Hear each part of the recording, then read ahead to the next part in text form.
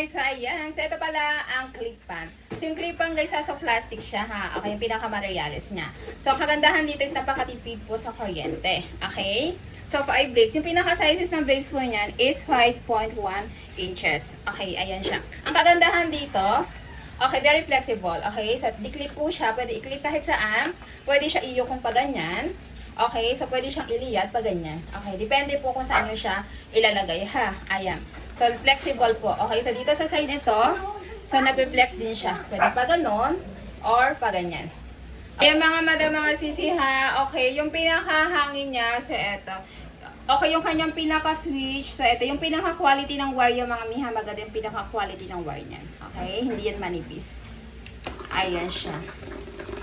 Okay, so ito yung hangin niya guys. Ayan. So, malakas po yung kanyang pinaka-hangin mga sisi ko ha. Okay, ayan siya.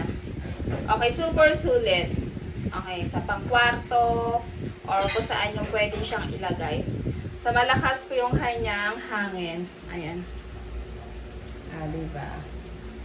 Okay. So, ito guys ang ating clip-pan. So, ito guys, again ha, small size siya mga sisi ko. Okay, ayan. Kung nagustuhan nyo mga miha ang ating clip-pan, so ang ating link is nandyan sa screen ng ating video. Okay, yung may image na affiliate.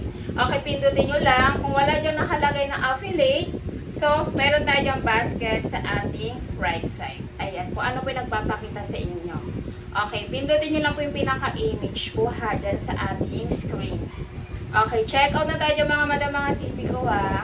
Guys, dyan ko siya inilalagay ha. Ayan. So, kasi dito kami kumakain. Ayan. Okay. Ayan siya. So, sobrang nakatulong sa akin yung clip pa na yan.